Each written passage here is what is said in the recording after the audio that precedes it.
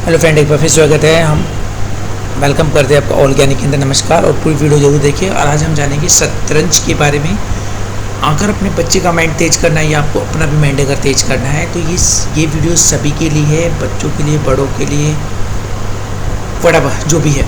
But actually सबसे important ये है कि ये जो शतरंज है जिसे हम चेस बोलते हैं, हम किस तरीके से इसके बारे में थोड़ा सा नॉलेज ले रहे हैं। तो यहाँ पे मैं इसको दिखा रहे हैं। एक्चुअली बच्चों के अंदर बहुत एक्साइटमेंट होती है इस चीज़ को लेके कि अगर वो कोई गेम खेलते हैं तो इससे क्या है, बच्चों का माइंड काफ़ी तेज़ होता है, काफ़ी ज़्यादा। ये सिद्ध हुआ है, काफ़ी लोग इस बात को जानते भी हैं।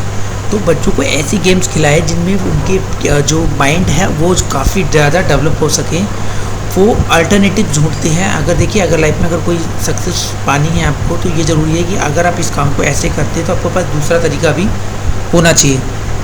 तो भी सक्सेस के होने के लिए देखो सबसे ज़रूरी होता है अल्टरनेटिव्स होना। अल्टरनेटिव बहुत ज़रूरी है। जैसे कि हम कोई प्लान बना रहे हैं, हमारे पास plan A, plan B, plan C और डी भी होने चाहिए।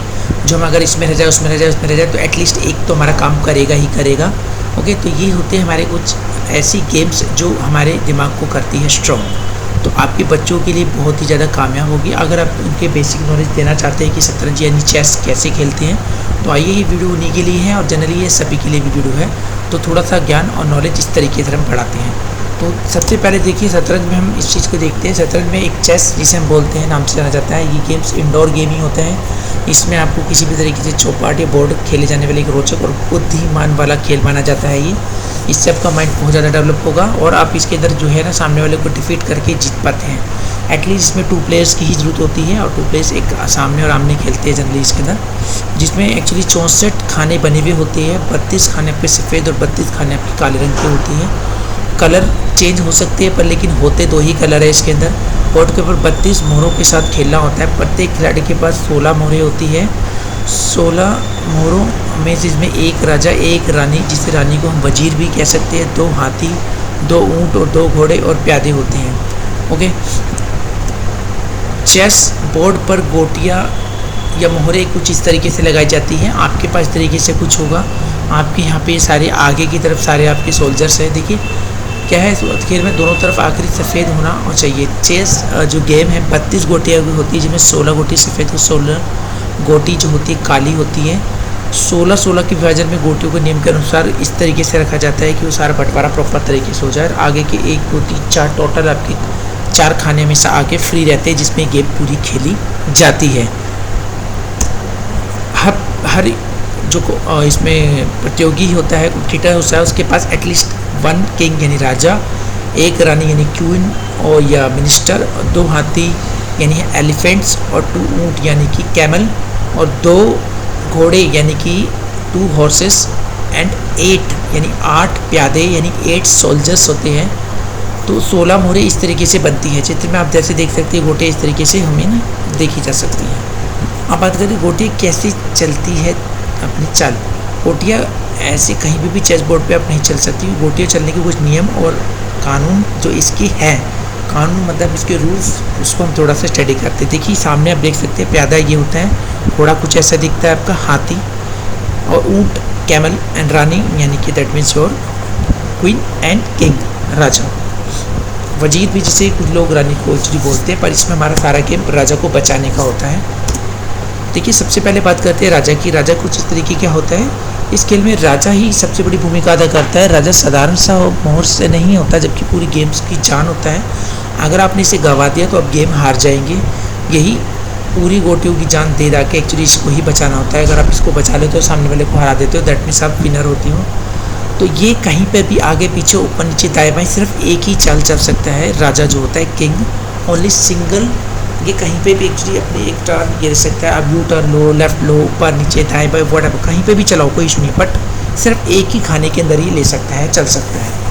इसलिए इसे राजा बोला जाता है। इसके पास इतनी ही पावर होती है, दैट्स इट। अब बात करते हैं हम यहाँ पे वजीर यानी रानी यानी क्वीन की, जिसे कुछ लोग मिनिस्टर भी बोलते हैं। ये एक्चुअली जान है इसकी ज़िंदगी, क्योंकि ये गया तो ये समझ लो काफ़ी हद तक आपका गेम्स हारने का चांसेस होता है। ये जो है एक्चुअली कहीं पे भी किसी को भी कहीं पे भी मार सकता है, कहीं पे भी चाल ये चल सकता है। ये किसी भी दिशा में आगे पीछे जाए बाएं सब जगह चल सकता है। सबसे अच्छी बात ये है कि ये किसी भी डायरेक्शन में एक्चुअली वर्क करता है, इसलिए इसे वजीर बोला जाता है। इसलिए आपको पता ही है हमारे यहाँ पे भी जो प्राइम मिनिस्टर होते हैं उनकी पावर सबसे ज़्यादा होती है एक्चुअली। तो ये भी एक्चुअली सेम बिल्कुल उन्हीं की तरह है, ये कहीं पे भी किसी को भी एक्चुअली बीट कर सकते हैं। अब बात करते हैं हाथी। हाथी गेम में हाथी मोहर जो जिसे हम रूप बोलते हैं एक्चुअली यहाँ पे, तो इसका जो होता है ये हमेशा सीधी चाल चलता है, खड़ा रहता है। तो सीधी चाल कहीं पे भी चल सकता है, कितनी दूरी तक चल सकता है, और ये मारता भी सीधा ही है, चलता भी एक्चुअली सीधा ही है, ना ये तिरछा चल सकता है। ओके, ध्यान रखिए कभी भी तिरछा नहीं चलेगा, एक दिशा में है, कहीं पे भी आप इसको बिल्कुल स्ट्रेट सीधा ले जाओ, चाहे आप इसे लेफ्ट ले जाओ, राइट ले जाओ, ऊपर ले जाओ, टॉप बॉटम ले जाओ, कोई इशू नहीं है, बट ऑलवेज स्ट्रेट एकदम सीधा चलेगा। ये रूप यानी हाथी इस तरीके से काम करता है। ओके, ये लेकिन तिरछा नहीं चलेगा, ये आपको ध्यान रखना है। अब बात करते हैं बिशप, जिसे हम ऊँट बोलते हैं। जनरली इंग्लिश में तो हम इसे कैमल के नाम से जानते हैं, पर एक्चुअली यहाँ पर हम इसे बिशप के नाम से जानते हैं, खेल के यानी चेस के अंदर। ऊँट जैसे हाथी दो होते हैं, ऐसे ही आपके यहाँ पे दो ऊँट होते हैं, हर खिलाड़ी के पास दो दो ऊँट ही होते हैं। इनका रंग सफ़ेद और काला दोनों हो सकते हैं, और जनरली क्या है कि ये एकदम बिल्कुल तिरछी चाल करते हैं। ये मारते भी तिरछा ही है और हमेशा तिरछी चाल चलते हैं, ये सीधी चाल नहीं चलते हैं। ध्यान रखना, आप तिरछी चाल में आप एक चलो या पूरी चलो, जो भी आपकी कवर हो रही होगी। ये अपने जिस खाने में बैठे, अगर ये ब्लैक में बैठे हैं तो ब्लैक ही इनके खानों में तिरछा चला जाएगा, तिरछा ही मारा जाएगा। अगर ये वाइट में बैठे तो वाइट ही तिरछा चलेगा और वाइट ही एक्चुअली तिरछा मारेगा। तो बिशप हमेशा इस तरीके से काम करता है, जिसे हम ऊँट बोलते हैं। अब बात करते हैं घोड़ा। घोड़ा बड़ा इंटरेस्टिंग, ये एक्चुअली ढाई चाल चलता है, ये एल फॉर्म में एक्चुअली चलता है, जिसे हम नाइट बोलते हैं।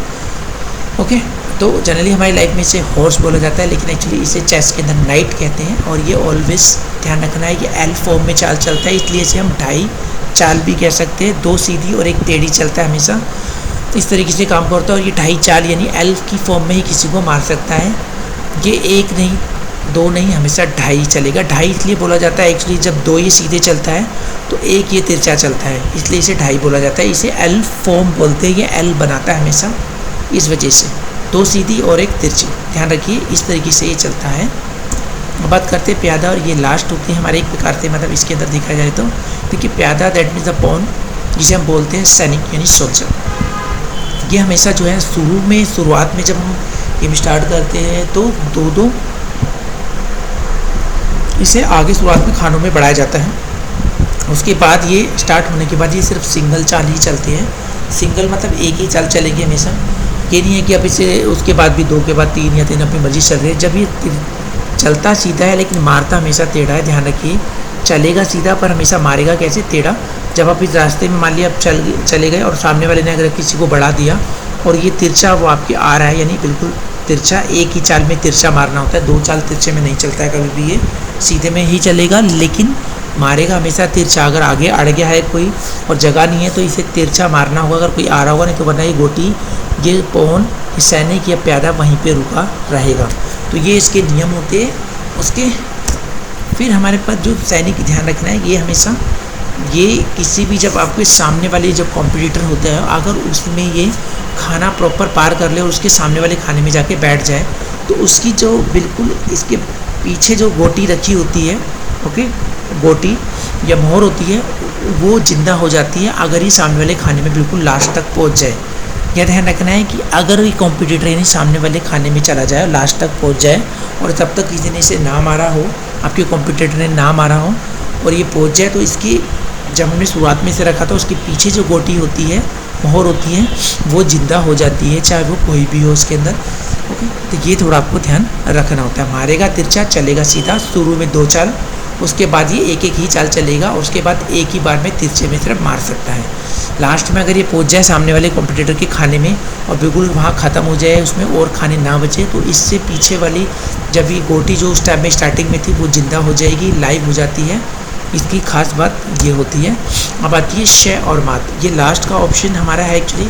शह मात का मतलब होता है कि सामने वाले को आप एक बार बता रहे हो कि अब तेरा राजा जाने वाला है और अब तू बचाने में कहीं असमर्थ हो रहा है, तो मैं तेरे को हरा रहा हूँ, और इसे शह और मात, चेक एंड मेट बोलते हैं एक्चुअली।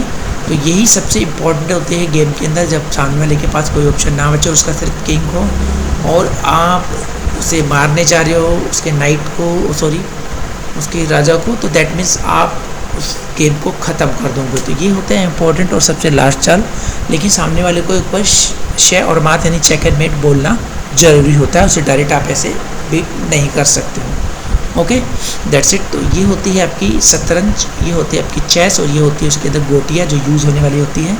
तो ऐसे खेलिए और ऐसे सीखिए और अपने ज्ञान और दिमाग को तेज़ तरार दिमाग बनाइए। Thank you very much video को पूरा देखने के लिए। फिर मिलेंगे एक नई वीडियो के साथ और नए ज्ञान के साथ।